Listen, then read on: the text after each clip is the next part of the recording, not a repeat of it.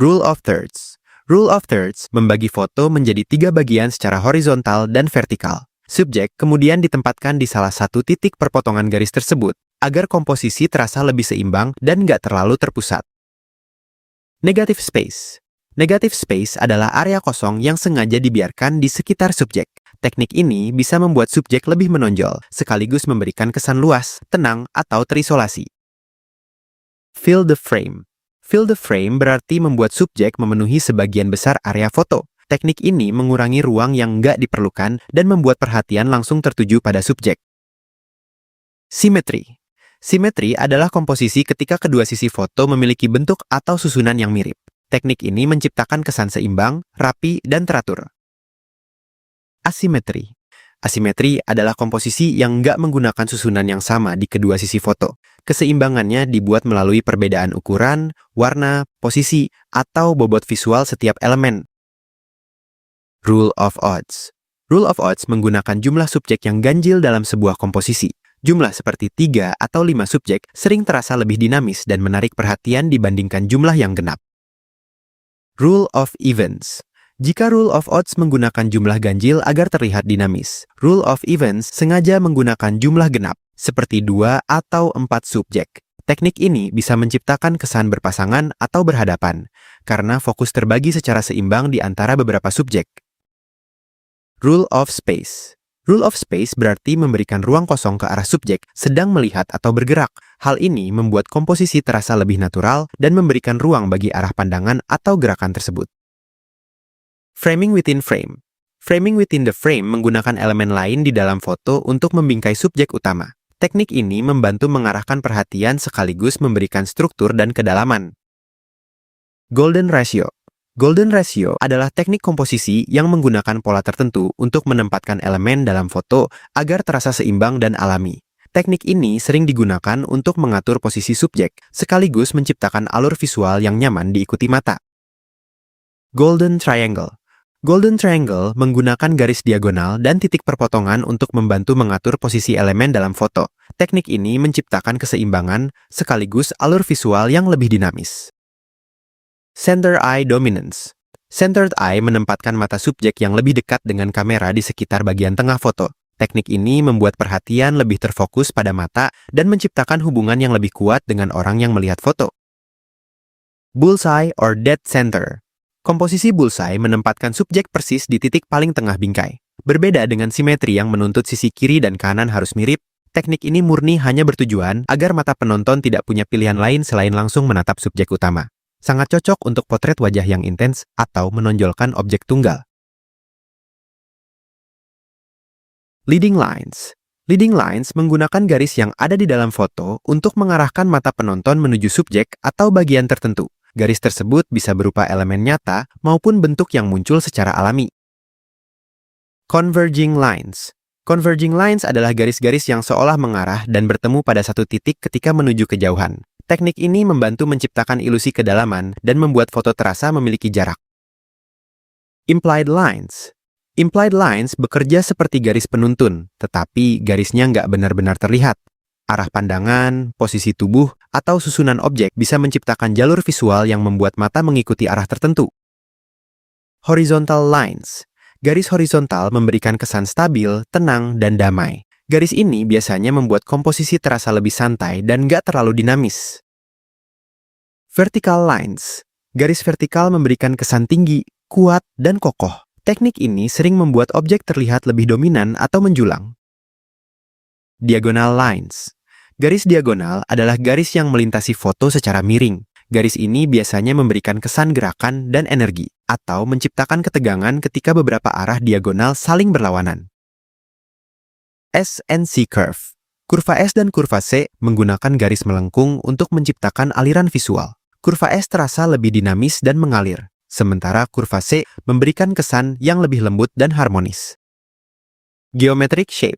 Bentuk geometris menggunakan bentuk seperti segitiga, lingkaran, dan persegi untuk memberikan struktur pada foto. Bentuk-bentuk tersebut bisa menciptakan kesan stabil, harmonis, atau teratur. Pyramid composition.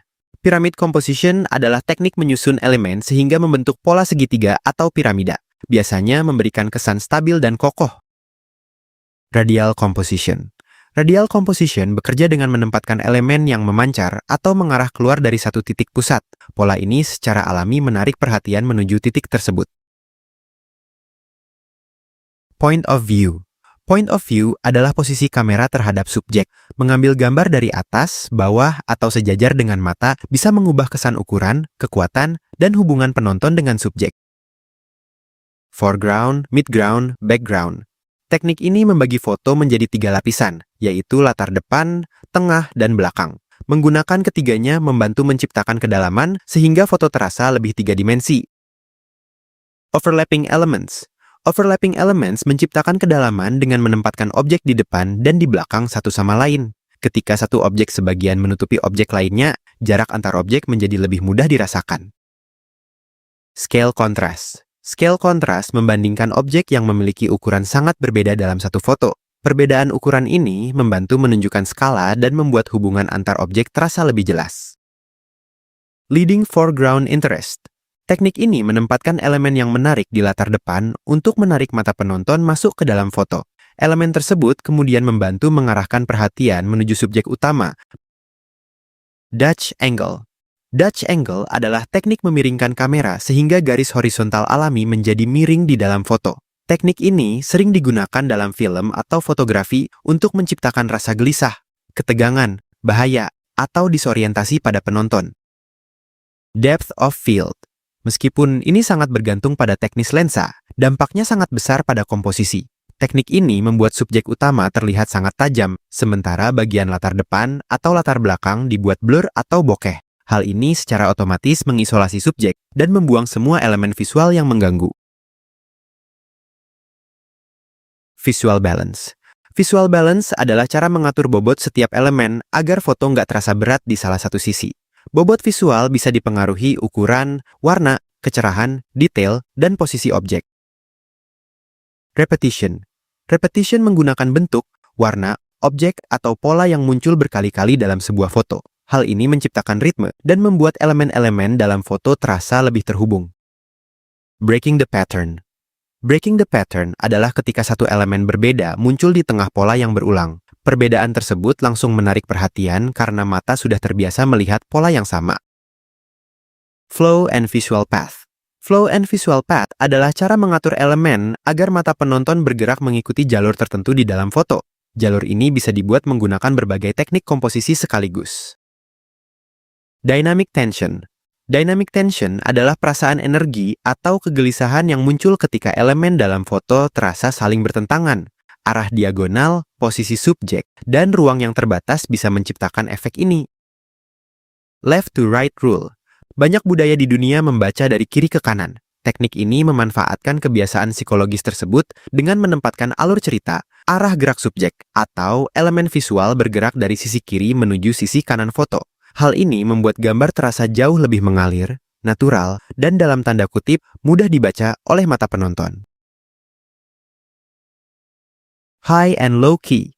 High key menggunakan foto yang secara keseluruhan didominasi area terang dengan sedikit bayangan pekat. Sebaliknya, low key menggunakan dominasi area gelap dengan bayangan yang lebih kuat dan area terang yang terbatas. Silhouette. Siluet terjadi ketika cahaya utama berada di belakang subjek, sehingga bagian depan subjek terlihat sangat gelap. Teknik ini membuat bentuk dan garis luar subjek menjadi lebih menonjol. Chiaroscuro. Chiaroscuro adalah penggunaan kontras kuat antara area terang dan gelap. Perbedaan ini bisa menciptakan kedalaman, menonjolkan bentuk, dan membuat suasana foto terasa lebih dramatis. Complementary colors. Complementary colors menggunakan warna yang saling berlawanan pada roda warna. Kombinasi ini menciptakan kontras yang kuat dan membuat warna-warna tersebut terlihat lebih menonjol. Analogous colors. Warna analog menggunakan warna-warna yang letaknya berdekatan pada roda warna. Kombinasi ini menciptakan tampilan yang harmonis, menyatu, dan relatif tenang. Triadic colors. Triadic colors menggunakan 3 warna yang memiliki jarak relatif sama pada roda warna. Kombinasi ini menghasilkan warna yang beragam tetapi tetap terasa seimbang. Warm versus cool colors. Warna hangat seperti merah, oranye, dan kuning biasanya terasa lebih dekat dan energik. Sementara warna dingin seperti biru, hijau, dan ungu cenderung terasa lebih tenang dan jauh. Menggabungkan keduanya menciptakan kontras suasana dan kedalaman.